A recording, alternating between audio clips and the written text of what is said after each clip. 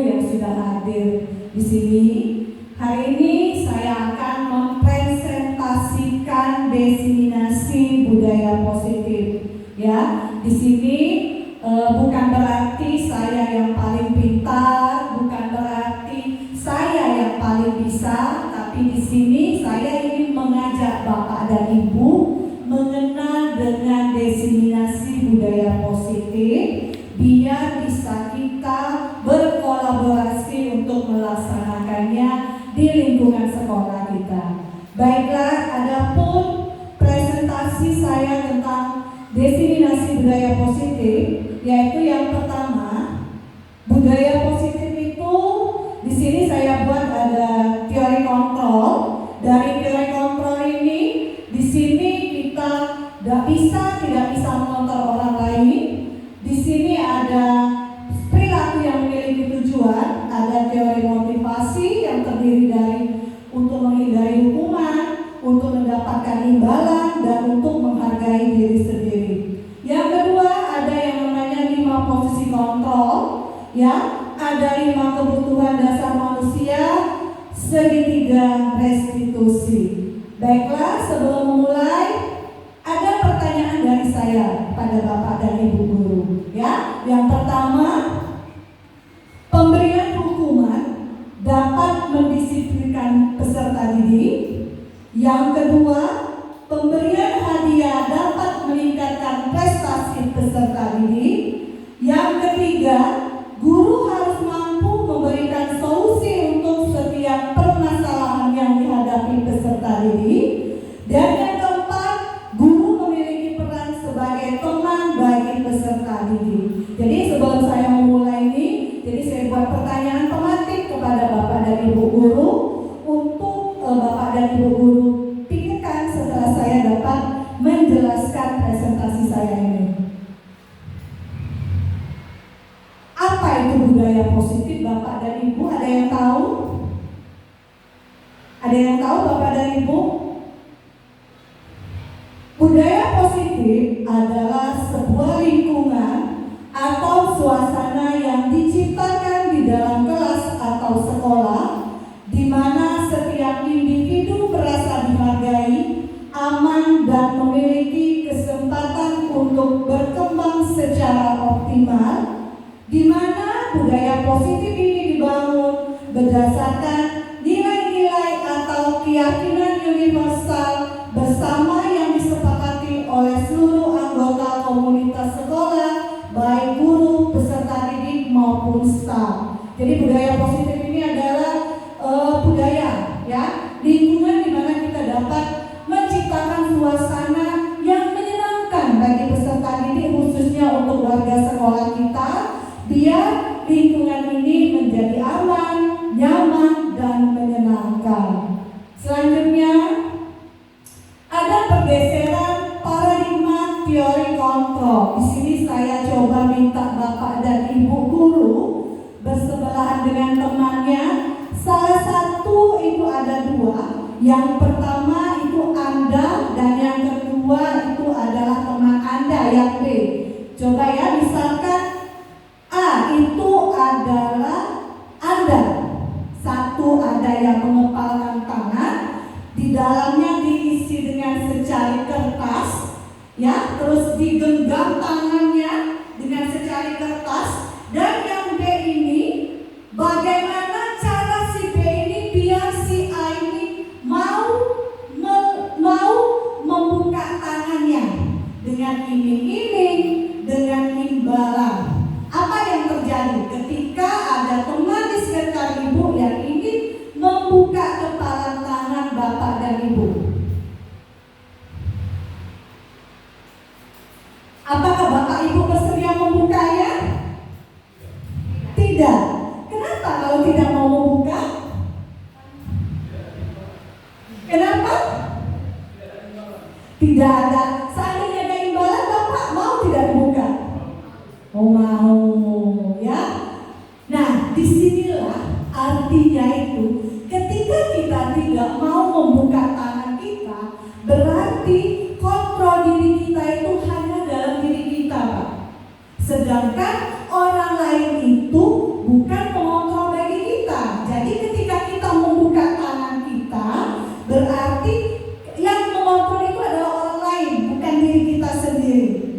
kita dikontrol itu adalah orang lain, makanya kita dengan imbalan itu kita bersedia membuka tangan kita. Berarti itu bukan kontrol dari dalam diri kita. Tapi ketika kita masih bertahan, itu artinya pengontrol diri kita ada pada diri kita. Jelas Bapak dan Ibu? Oke, selanjutnya berdasarkan paradigma tadi, itu ada stimulus respon tentang dunia dan teori kontrol tentang dunia. Di sini ada bagaimana seorang bisa berubah dari paradigma stimulus respon kepada pendekatan teori kontrol. Ya, jadi ada stimulus, di sini ada realitas, di sini kita sama, sedangkan teori kontrol itu kita berbeda. Yang kedua, semua orang melihat hal yang sama. Kita setiap orang memiliki gambaran yang berbeda. Yang ketiga, kita mencoba orang agar berpandangan sama dengan kita. Dan untuk teori kontrol tentang dunia, kita berusaha memahami pandangan orang lain tentang dunia. Yang keempat, perilaku buruk dilihat sebagai suatu kesalahan dan semua perilaku memiliki tujuan. Orang lain bisa mengontrol saya, hanya Anda yang bisa mengontrol diri Anda. Saya bisa mengontrol orang lain, Anda tidak bisa mengontrol orang lain. Pemaksaan ada pada saat wujudan gagal. Ada kolaborasi dan konsensus menciptakan pilihan-pilihan baru. Dan ada model berpikir menang atau kalah, dan ada model berpikir menang atau menang. Ya, di sini jadi kita dapat mengetahui bahwa itu adalah disiplin positif. Ya, kemarin ada perubahan paradigma tentang tujuan pendidikan, bahwa guru ini tugasnya hanya menuntun.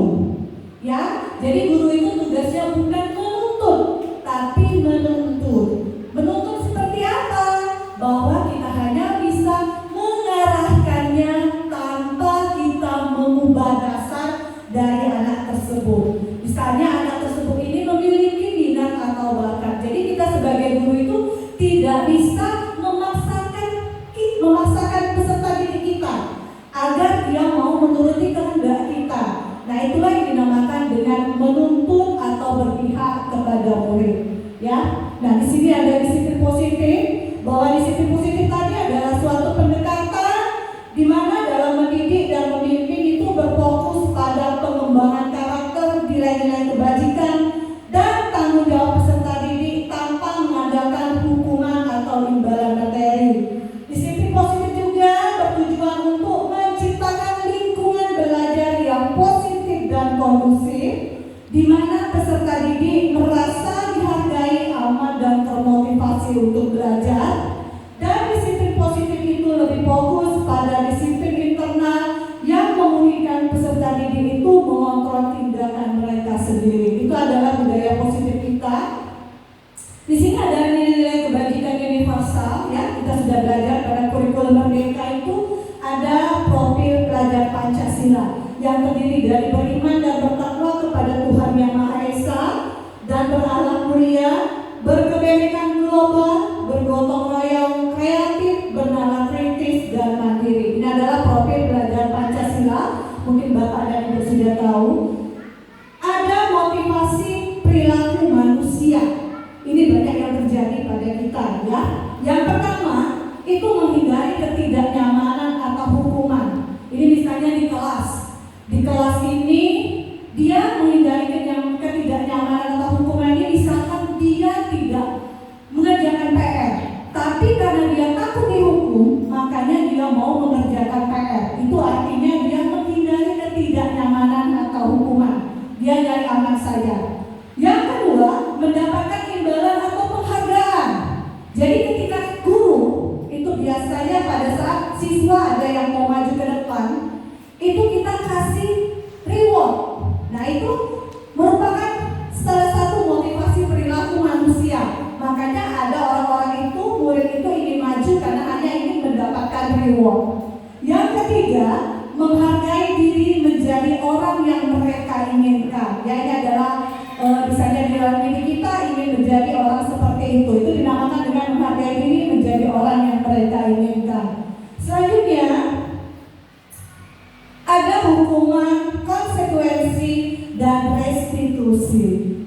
Ya, saya mau tanya Bapak dan Ibu, apa sih hukuman itu? Apa sih konsekuensi itu? Dan apa sanksi itu?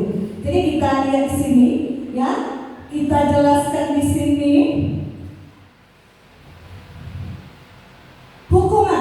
Hukuman itu adalah sesuatu yang menyakitkan harus terjadi. Sedangkan kalau konsekuensi itu sesuatu harus terjadi, dan restitusi itu adalah merupakan pilihan. Yang kedua, hukuman itu tidak nyaman untuk murid atau dalam jangka waktu panjang. Sedangkan untuk konsekuensi itu tidak nyaman untuk murid atau dia dalam jangka waktu pendek, dan restitusi itu menguatkan untuk murid atau anak dalam jangka waktu panjang. Yang ketiga, korban mendapatkan keadilan. Kalau konsekuensi korban bisa diabaikan, sedangkan restitusi korban mendapatkan ganti. Yang keempat, murid atau anak akan tersakiti kalau hukuman. Kalau konsekuensi, murid atau anak dibuat tidak nyaman. Yang restitusinya, murid atau anak mendapatkan penguatan. Terus ada perilaku pasif agresi meningkat. Sedangkan pada konsekuensinya, penguatan hanya bertahan dalam jangka waktu pendek dan restitusi masalah terpecahkan. Hukuman sistem tidak akan berjalan bila murid tidak takut. Konsekuensi memerlukan monitoring dan supervisi terus-menerus dari guru. Murid belajar bertanggung jawab untuk perilakunya. Hukuman berlaku hanya pada sebuah institusi, tidak berlanjut pada kehidupan nyata. Konsekuensi membantu penerapan mengikuti peraturan dalam masyarakat, dan restitusi fokus pada pemecahan masalah dalam jangka waktu panjang. Ya, peraturan adalah kamu harus. Sedangkan pada konsekuensi, apa peraturannya? Mampukah kamu melakukannya? Terima kasih. Sedangkan restitusi, apa yang kamu yakini, apa yang bisa kamu lakukan untuk memperbaiki masalah ini? Murid anak itu membenci peraturan, sedangkan konsekuensi murid anak menghormati peraturan, restitusi murid anak menghormati dirinya dan orang lain. Ya, jadi kalau hukuman itu biasanya dia menggunakan kalimat negatif. Ya, awas kalau dilakukan lagi ya, nanti awas kamu ya. Yang kedua, kalau konsekuensi itu netral, lakukan apa yang saya katakan. Sedangkan restitusi itu adalah apakah hal ini yang sesungguhnya ingin kamu lakukan. Dari hukum, konsekuensi, dan restitusi kita dapat memperoleh apa sih hukuman itu, ya. Jadi kita bisa tahu ya Bapak dan Ibu guru, mungkin selama ini siswa itu kalau tidak buat PR kita suruh maju ke depan, kita marah-marahin. Ternyata di dalam budaya positif itu tidak ada, ya. Hukuman itu tidak terencana, bersifat satu arah, bisa serupa hukuman fisik, psikis, atau kata-kata kasar. Ya, saya hukuman, hei kamu tidak mengerjakan PR, kita curi, misalkan seperti itu. Itu adalah hukuman. Hukuman itu biasanya lebih membekas daripada yang namanya konsekuensi. Sedangkan konsekuensi ini adalah bersifat terencana, sudah disepakati, bentuk konsekuensinya dibuat oleh pihak guru atau sekolah. Jadi ketika anak-anak pelajaran baru, itu biasanya kita perlukan dulu untuk peraturan sekolah, karena itu bersifatnya adalah terencana, ya. Jadi dia tidak hanya satu orang, tapi seluruh warga sekolah. Sedangkan restitusi itu adalah proses menciptakan kondisi bagi peserta didik untuk memperbaiki kesalahan mereka, sehingga mereka bisa kembali pada kelompok mereka dengan karakter yang lebih kuat. Ya, jadi ini adalah hukuman, konsekuensi, dan restitusi. Di sini Bu dapat lihat. Nah, yuk kita sama-sama Bu ya. Kita sama-sama, di sini saya ada beberapa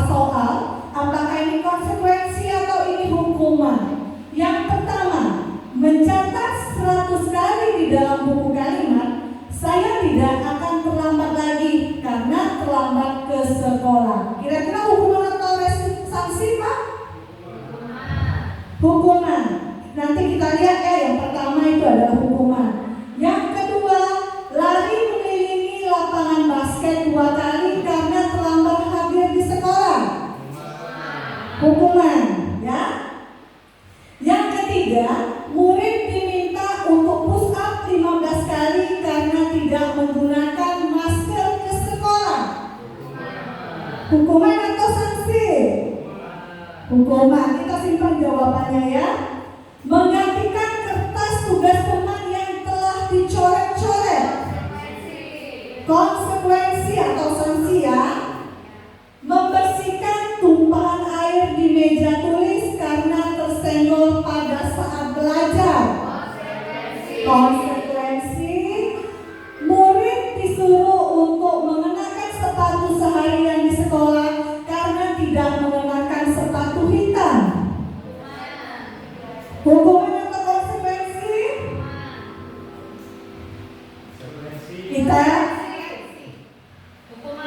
Kita simpan dulu jawabannya. Yang terakhir, lari mengelilingi lapangan basket 2 kali karena terlambat 10 menit untuk pelajaran PJOK. Konsekuensi, kita lihat jawabannya. Kira-kira benar semua? Berarti sudah paham ya Bapak dan Ibu ya, yang mana konsekuensi, yang mana hukuman. Oke, selanjutnya kita ada teori beberapa penghargaan yang tidak efektif ya. Ini dihukum oleh penghargaan. Jadi kalau kita kasih reward sama anak itu ternyata kita menghukum ya. Itu bukan suatu penghargaan, berbeda Bapak. Ternyata selama ini, karena kemarin waktu kami waktu masuk modul 1.4 kami dijelaskan ternyata penghargaan itu bukan suatu suatu penghargaan. Ternyata hukuman dihukum itu adalah penghargaan, dihukum oleh penghargaan namanya ya. Dihukum oleh penghargaan. Suatu penghargaan adalah suatu benda atau peristiwa yang diinginkan yang dibuat dengan prasyarat. Hanya jika Anda melakukan ini, maka Anda akan mendapatkan penghargaan yang diinginkan. Misalnya kita kita itu kalau di kelas, biar anak dapat nilai besar, biasanya kita kasih hadiah. Ya, kalau misalnya dia nilainya besar, kita kasih hadiah, dapat berupa nilai. Nah, itu ternyata bukan suatu keistimewaan, ternyata adalah suatu hukuman, tapi dalam bentuk suatu penghargaan. Yang kedua, jika saya mengharapkan suatu penghargaan dan tidak mendapatkannya, maka saya akan kecewa dan berkecil hati, serta kemungkinan lain kali saya tidak akan berusaha sekeras sebelumnya. Jadi penghargaan ini membuat seorang anak itu kalau dia tidak mendapatkannya lagi, dia tidak akan berusaha. Jadi kalau misalkan kita kasih dia kuis, biasanya kita kasih hadiah berupa nilai, kalau tidak ada nilai dia tidak akan melakukannya lagi.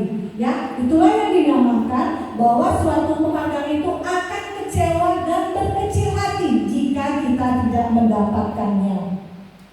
Yang ketiga, jika kita memberikan seseorang suatu penghargaan untuk melakukan sesuatu, maka kita harus terus-menerus memberikan penghargaan itu jika kita ingin orang tersebut meneruskan perilaku yang kita inginkan. Jadi ini saling berkaitan Bu ya, Bapak ya, bahwa suatu penghargaan itu akan terus-menerus. Kalau kita stop, itu menyebabkan anak tersebut tidak mau lagi bekerja keras untuk mendapatkan nilai yang terbaik ya. Dan juga dari penghargaan ini tidak efektif karena akan menyebabkan persaingan antara anak-anak.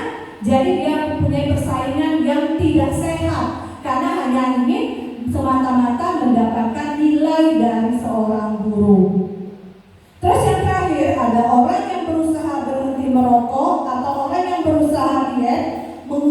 badan, bila diberikan penghargaan hampir pasti tidak berhasil. Ya, jadi misalnya kalau orang yang mau diet, ya, orang yang mau berhenti merokok itu kalau tidak ada penghargaan dia tidak mau melakukannya. Ya, jadi itu dinamakan dengan dihukum oleh penghargaan. Jadi dari sini kita dapat mengetahui bahwa hadiah itu adalah merupakan suatu hukuman, tapi hanya berbentuk suatu penghargaan. Ya, kita lanjutkan. Ada yang namanya dihukum oleh penghargaan itu yang kedua, penghargaan itu merusak hubungan. Seperti yang saya katakan tadi, bahwa ketika seseorang diberi penghargaan atau dipuji di depan orang banyak, maka orang lain akan merasa iri. Dan sebagian dari mereka tidak menyukai orang yang diberikan penghargaan tersebut. Ya, banyak jadi anak-anak kita, jika ada anak yang mendapatkan penghargaan, itu dia membuat dia iri melihat temannya, karena itulah dia bersaing tidak sehat terhadap temannya. Dia dapat nilai besar sama ibu itu, padahal kita sama-sama. Nah, disitu akan menimbulkan yang namanya persaingan yang tidak sehat. Jika seorang guru memberikan penghargaan kepada muridnya, maka kemungkinan besar muridnya hanya termotivasi untuk menyenangkan gurunya. Mereka tidak akan bersikap jujur kepada guru tersebut. Ya, penghargaan menciptakan persaingan di dalam kelas dan persaingan menciptakan kecemasan. Mereka yang percaya bahwa mereka tidak memiliki kesempatan untuk mendapat penghargaan akan berhenti mencoba. Jadi kalau anak-anak ini merusak anak-anak di kelas murid kita itu, ketika dia tidak memiliki kesempatan melihat temannya itu dapat penghargaan, dia akan sangat kecewa. Karena itu dia berhenti untuk mencoba melakukan hal-hal yang akan mendapatkan suatu penilaian atau penghargaan. Ya. Nah, ini kita ke 5 kebutuhan dasar manusia. Jadi kita ini manusia punya 5 kebutuhan dasar manusia. Yang pertama itu adalah kebutuhan untuk bertahan hidup. Jadi kita punya tempat tinggal adalah kemampuan kita untuk bertahan hidup. Mungkin di lingkungan kita banyak ya seperti ini ya, yang kita lihat anak-anak yang mempunyai kebutuhan untuk bertahan hidup. Yang kedua, cinta dan kasih sayang. Jadi anak-anak itu harus memiliki rasa cinta dan kasih sayangnya.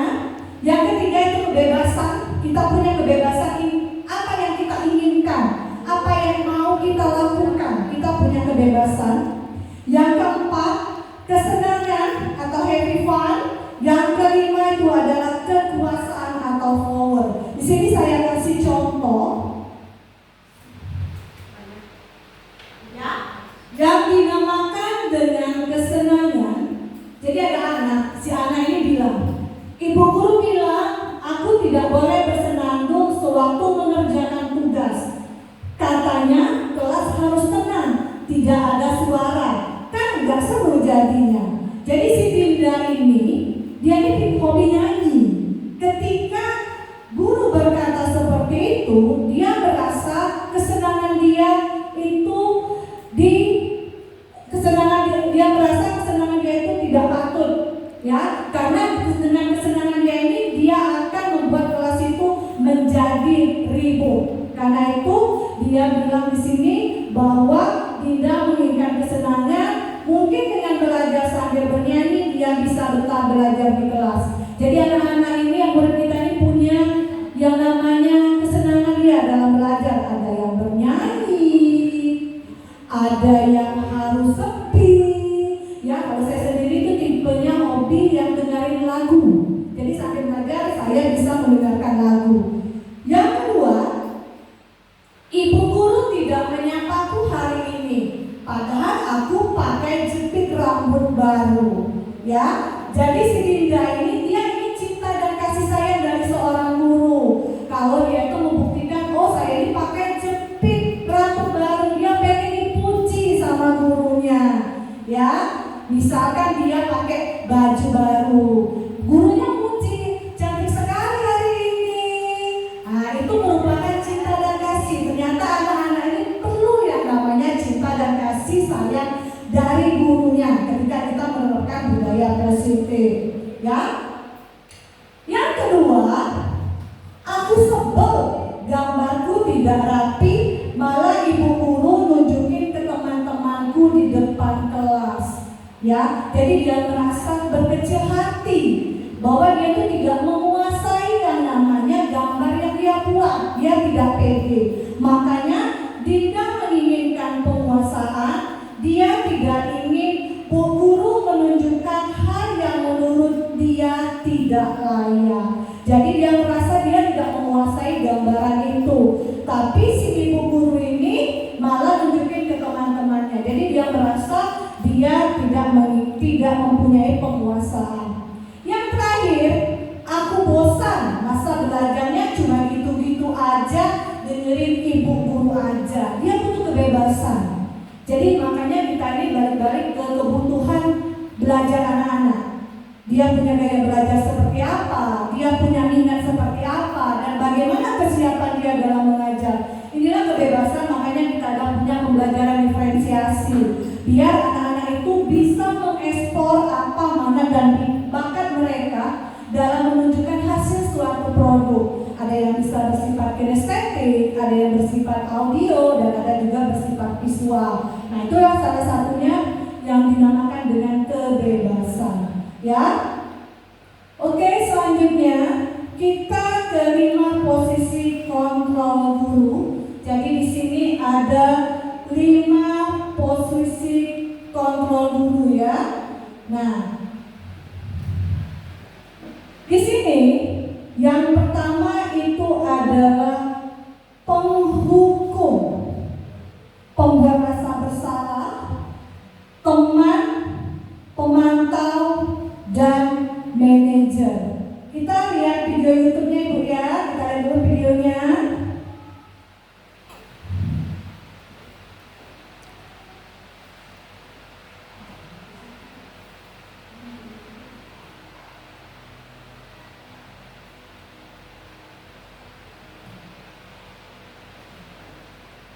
Videonya nanti kita lihat dulu.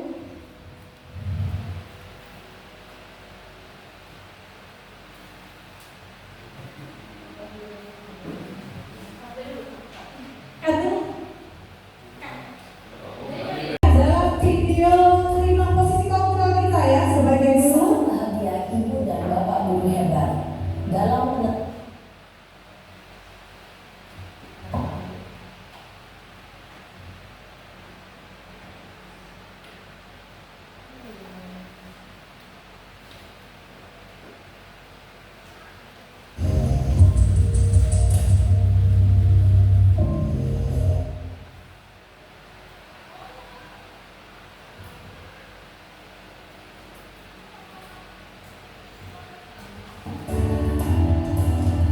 Kita lihat dulu Bapak Ibu ya videonya, ini adalah posisi penghukum.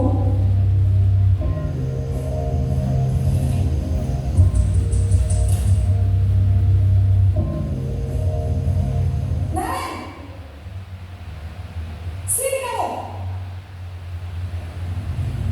Selamat pagi Bu. Selalu terlambat. Kamu deh pasti terlambat. Maaf Bu, saya Apa? Apa coba? Alasan kamu apa lagi? Kapan sih kamu tidak terlambat? Malas sekali ya kamu jadi anak. saya Dasar pemalas. Gak kapok-kapok sih kamu. Sudah berapa kali terlambat? Sana, kamu keliling lapangan basket 2 kali. kenapa saya harus ke lapangan basket Bu? Kenapa? Kamu nolak ibu. Berani-beraninya jawab. Sudah terlambat, masih berani jawab pula. Sekarang keliling lapangan.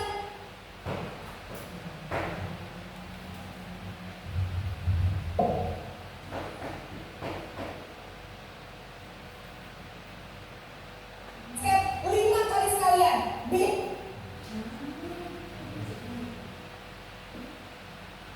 Ulang lagi Bapak ya, kepencet. Berangkat ikan. posisi penghukum. Selamat pagi Bu. Selalu terlambat. Kamu deh, pasti terlambat. Maaf Bu, saya Apa? Apa coba? Alasan kamu apa lagi? eh, Kapan sih kamu tidak terlambat? Malas sekali ya kamu jadi anak. saya Dasar pemalas. Gak kapok-kapok sih kamu. Sudah berapa kali terlambat? Sana, kamu keliling lapangan basket 2 kali. kenapa saya harus ke lapangan basket Bu? Kenapa? Kamu nolak ibu? Berani-beraninya jawab. Sudah terlambat, masih berani jawab pula. Sekarang, keliling lapangan basket 5 kali sekalian. Biar kapok. Cepat. Pergi sana ke lapangan basket. Itu DP penghukum, Posisi menghukum. penghukum biasanya Banyak kita seperti itu ya. nada tinggi, menghadik, menunjuk-nunjuk, menyakiti, dan menyindir. Hukuman bisa berupa fisik maupun psikis. Ibu dan bapak guru hebat.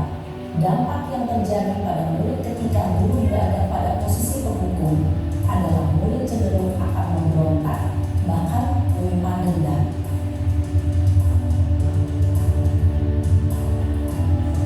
Ini posisi pembuat merasa bersalah. Jadi kita guru itu buat siswa itu seolah-olah salah. Makanya kita pakai bahasa yang lembut. Naren,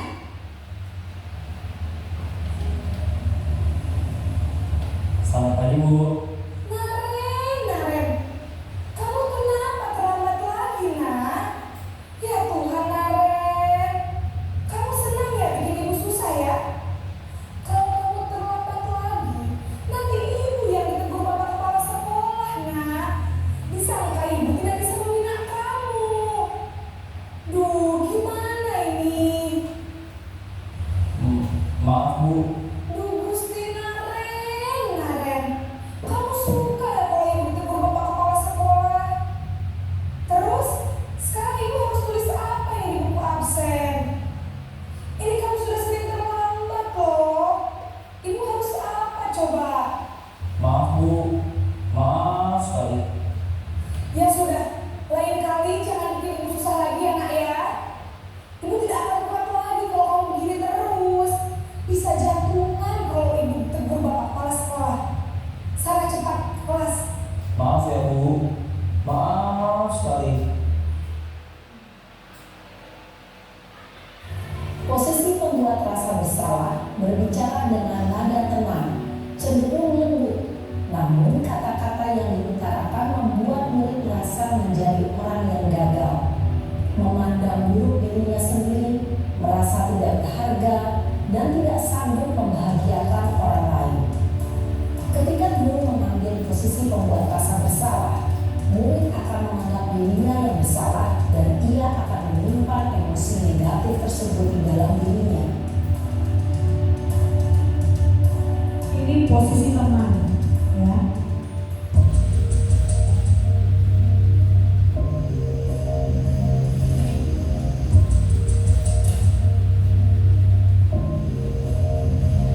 Naren,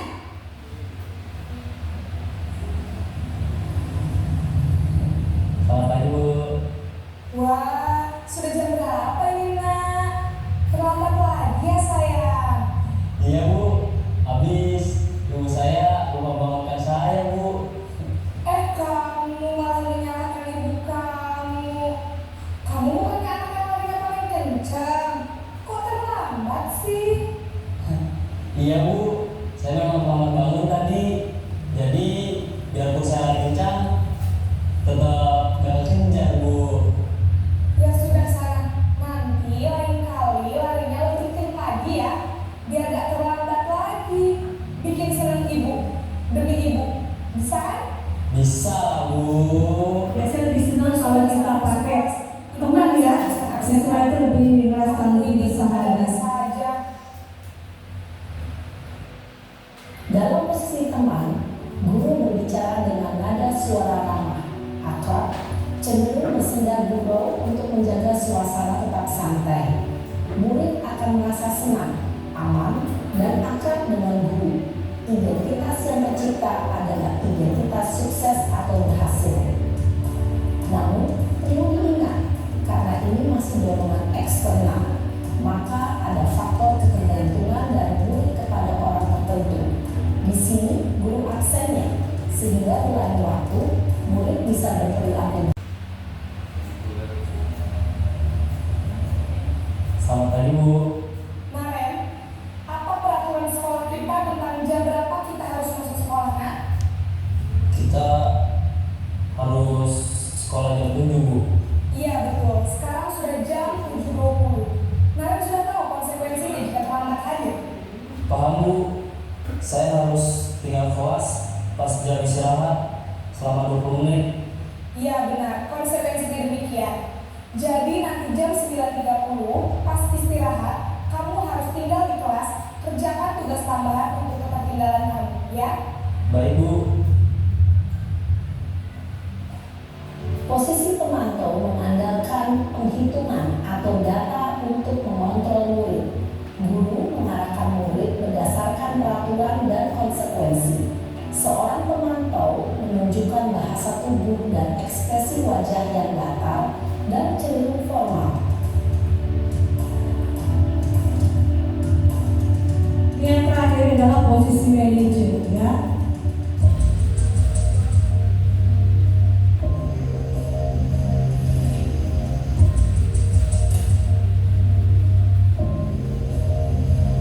Naren,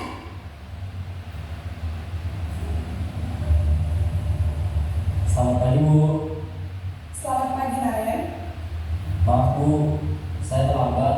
Iya, sekolah masuknya jam 7, sekarang sudah jam 7.20. Jadi sekarang bagaimana ini Naren? Maaf Bu, saya lupa setel alarm saya semalam. Baiklah, menurut kamu, keyakinan sekolah yang mana yang perlu kamu tingkatkan? Menghargai diri sendiri dan orang lain mungkin ya Bu. Setuju. Jadi, apakah Naren meyakini prinsip saling menghormati tersebut? Iya Bu, saya meyakininya. Apakah Naren bersedia memperbaiki masalah keterlambatan ini? Bersedia Bu. Bagaimana kamu akan memperbaiki masalah keterlambatan ini? Saya akan coba untuk tidak lupa menyetel alarm saya Bu. Baik, kalau Naren lupa menyetel alarm di rumah, ada orang yang kira-kira bisa bantu mengingatkan tidak? Ada Bu, kakak saya, Kak Emma. Ada lagi selain Kak Emma? Selain Kak Emma, ada ibu saya. Baik, jadi yang mengingatkan Naren adalah Kak Emma dan ibu kamu ya? Kira-kira akan mulai set alarm kapan nih Naren? Setelah pulang sekolah, akan segera saya lakukan. Baik, jadi Naren akan setel alarm untuk bangun besok pagi dan akan diingatkan oleh kakak dan ibunda Naren ya? Ada lagi yang mungkin perlu dilakukan Naren? Agar tidak terlambat bangun lagi. Tidak ada Bu. Baik Naren, terima kasih untuk kerjasama kamu. Sekarang kamu perlu kembali ke kelas untuk belajar. Baik Bu, terima kasih. Posisi manajer adalah posisi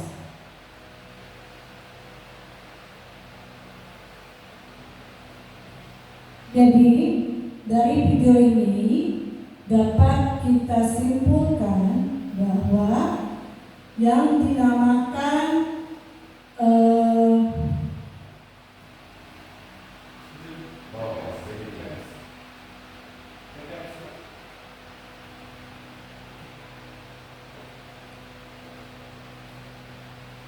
lima posisi kontrol guru. Ada 5, ada sebagai penghukum. Ya, guru seorang penghukum bila menggunakan hukuman fisik maupun verbal, nada suaranya tinggi, mata melotot, dan jari-jari menunjuk-nunjuk menghardik. Ini biasanya banyak terjadi di sekolah-sekolah, ya. Jadi ketika ada siswa yang melakukan kesalahan, itu ada beberapa guru itu sambil menunjuk-nunjuk. Nah, misalnya seperti tadi Naren ketika dia terlambat, maka ibu guru ini menghardik dia dengan menggunakan suara yang tinggi. Ini biasanya lebih membekas. Yang kedua, pembuat rasa bersalah. Dia akan dengan suara yang lembut, memelas dan bahasa tubuh yang merapat pada anak dan juga dengan bahasa lesu. Terus teman ini kita berupaya mengontrol murid melalui persuasi. Misalkan anak itu terlambat, bisa kita ajak teman, bisa diajak ngobrol. Kenapa kamu terlambat? Ya, seperti itu. Bahasa tubuhnya merapat pada murid, mata dan senyum jenaka. Pemantau itu adalah mengawasi. Kita bertanggung jawab atas perilaku orang-orang yang kita awasi. Nada suaranya datar, bahasa tubuhnya yang formal.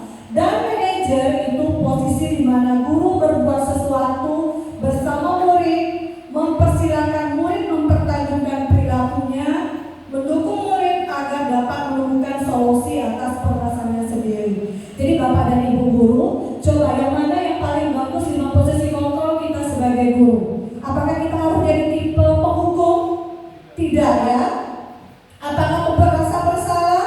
Tidak ya. Kita coba jadi teman, jadi pemantau dan juga bisa menjadi manajer. Jadi anak tersebut dapat mengungkapkan apa yang terjadi di dalam dirinya.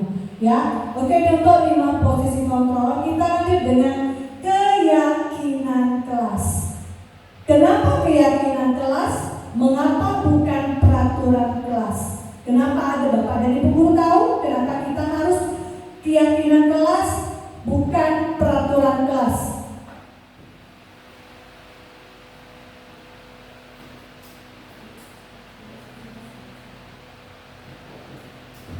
Keyakinan kelas itu mempunyai nilai-nilai kebajikan, ya, nilai kebajikan yang disepakati bersama secara universal, lepas dari latar belakang suku, negara, bahasa maupun agama. Dan menurut dosen, suatu keyakinan itu akan lebih memotivasi seseorang dari dalam, intrinsik. Seseorang akan lebih bersemangat untuk menjalankan keyakinannya daripada hanya sekedar mengikuti serangkaian peraturan. Ya, jadi keyakinan kelas itu lebih mudah diingat.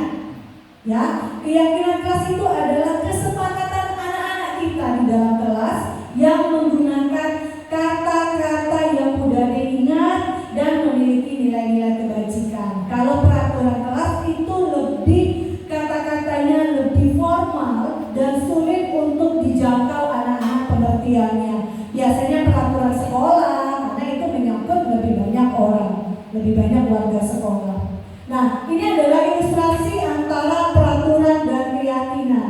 Mengapa kita memiliki peraturan tentang protokol kesehatan, yaitu penggunaan masker dan mencuci tangan setiap saat? Mungkin jawaban Anda adalah untuk kesehatan dan keselamatan. Ternyata ini adalah contoh peraturan, sedangkan ini adalah keyakinan kelas atau nilai kebajikan. Jadi peraturan ini kalau kita buat keyakinan kelas itu adalah lebih simpel bahasanya, yaitu pertama misalkan selalu kembalikan buku ke tempatnya, berarti dia memiliki rasa tanggung jawab. Dilarang mengganggu orang lain. Keyakinan kelasnya kita harus menghormati orang lain dan diri sendiri. Hadir di sekolah 15 menit sebelum pembelajaran dimulai, itu adalah menghormati orang lain, komitmen pada tujuan. Jadi kata-katanya itu lebih positif, ya, dan mudah diingat. Dilarang melakukan kekerasan, itu adalah keselamatan atau menghormati orang lain. Dilarang menggunakan narkoba, itu adalah kesehatan. Bergantian atau menunggu giliran, itu adalah menghormati orang lain atau kesabaran. Gunakan masker, itu adalah kesehatan dan keselamatan. Dan jangan berlari di kelas atau koridor keselamatan atau keamanan. Jadi keyakinan kelas itu dapat diingat dan juga mempunyai nilai-nilai kebajikan pada anak didik kita. Nah, di sini ada pembentukan keyakinan kelas itu harus bersifat abstrak, ya, berupa pernyataan universal. Dia adalah pernyataan positif, sedikit saja agar mudah diingat, sesuai dengan kondisi kelas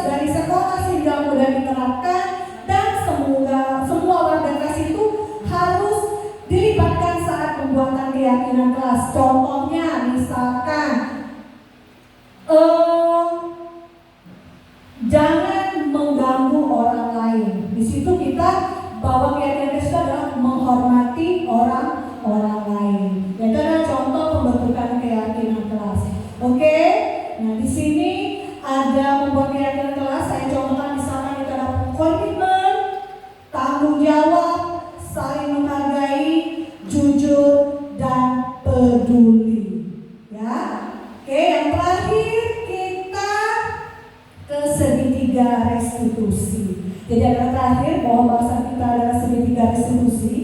Jadi ada segitiga restitusi ini adalah suatu proses dialog yang dilakukan oleh guru terhadap siswa agar menghasilkan siswa yang mandiri dan bertanggung jawab. Ya, jadi kita menggunakan 3 segitiga restitusi untuk menyelesaikan masalah. Yang pertama, menstabilkan identitas. Yang kedua, validasi tindakan yang salah. Dan yang ketiga adalah menanyakan keyakinan. Ya, nah ini adalah segitiga restitusi.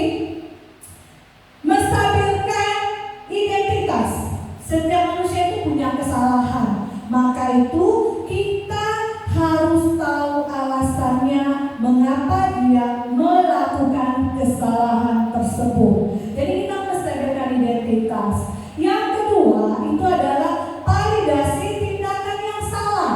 Ya, kamu tentu punya alasan mengapa melakukan ini dan adakah cara yang lebih efektif untuk mendapatkan apa yang kamu butuhkan. Sedangkan menanyakan keyakinan itu adalah nilai apa yang kita sepakati dan kamu ingin menjadi orang yang seperti apa.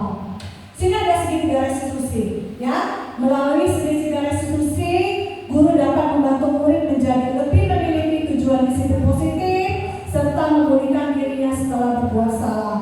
Membantu murid untuk jujur pada diri sendiri dan mengevaluasi dampak dari kesalahan yang dilakukan dan memberikan penawaran bukan paksaan.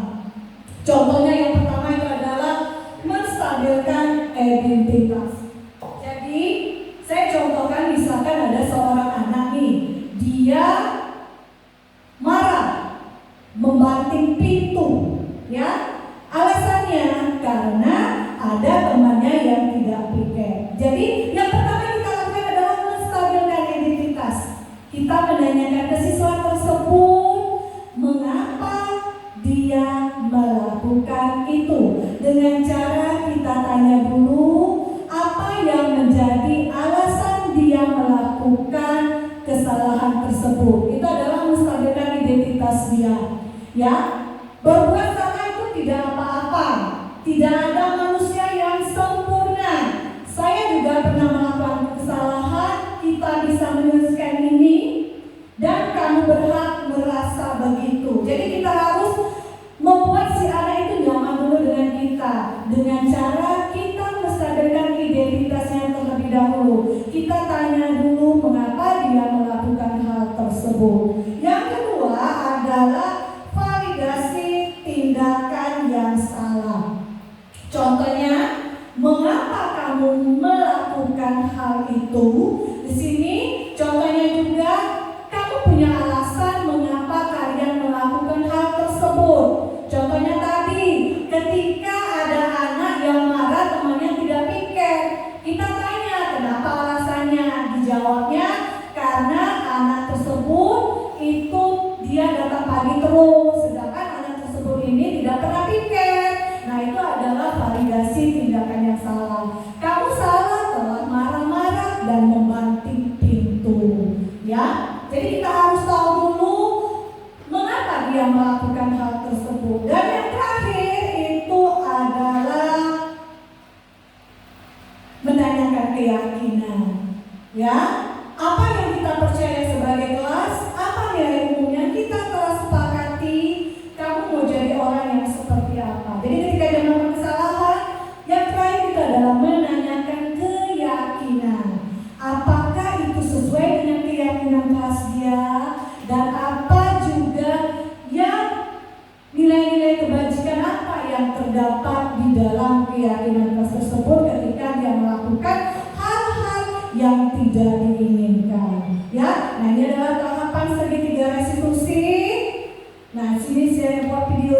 tapi berhubung ini ya. Dan yang terakhir itu refleksi nanti. Di sini sampai sini saja presentasi dari saya. Selanjutnya kita lakukan dengan sesi tanya jawab. Silakan Bapak atau Ibu yang ingin bertanya tentang disiplin positif. Silakan Bapak atau Ibu yang ingin bertanya tentang disiplin positif. Ya, Ibu Desti.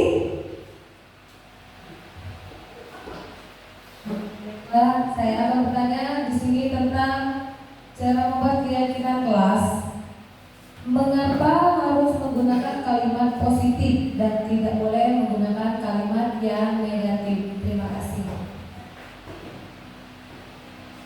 Kita mau langsung jawab atau satu lagi pertanyaannya? Langsung jawab atau kita sekalian aja Pak ya pertanyaan Pak Isi? Ada yang bertanya Pak? Baik, terima kasih atas kesempatannya. Saya ingin bertanya, jika saya tidak mengajar murid tersebut, bahkan tidak mengenal murid tersebut, apakah bisa saya menerapkan segitiga restitusi itu pada murid yang tidak kita kenal? Baiklah ya Bapak dan Ibu Guru, terima kasih atas pertanyaannya. Yang pertama itu pertanyaan Ibu Desti. Mengapa keyakinan kelas itu kalimatnya harus positif Bu ya, bukan negatif? Kenapa? Karena keyakinan kelas itu harus bersifat nilai-nilai kebajikan. Karena dengan menggunakan nilai-nilai kebajikan, itu kata-kata itu harus bersifat positif agar dapat mudah diingat oleh anak. Ya, contohnya tidak boleh membuang sampah. Berarti kalimat yang lebih positifnya adalah jangan buang sampah sembarangan. Jadi kata-katanya itu lebih bernilai kebajikan dan mudah diingat. Ya Ibu Desti ya, sudah tahu Ibu Desti? Oke, sama-sama. Selanjutnya ada pertanyaan dari Pak Rizky. Pak Rizky tadi bilang, apakah semua guru mata pelajaran yang bukan mengajar itu bisa melaksanakan segitiga restitusi? Sebenarnya kita lihat konteksnya Pak ya, yang seperti apa. Kalau seandainya itu masih berhubungan dengan pelajaran, ya dengan guru yang ada di dalam kelas, itu biasanya bisa dilakukan oleh guru-guru mata pelajaran, ya. Nah itu bisa dapat dilakukan semuanya oleh guru mata pelajaran. Kecuali jika ada anak itu yang melakukan di luar kelas, misalnya berkelahi, itu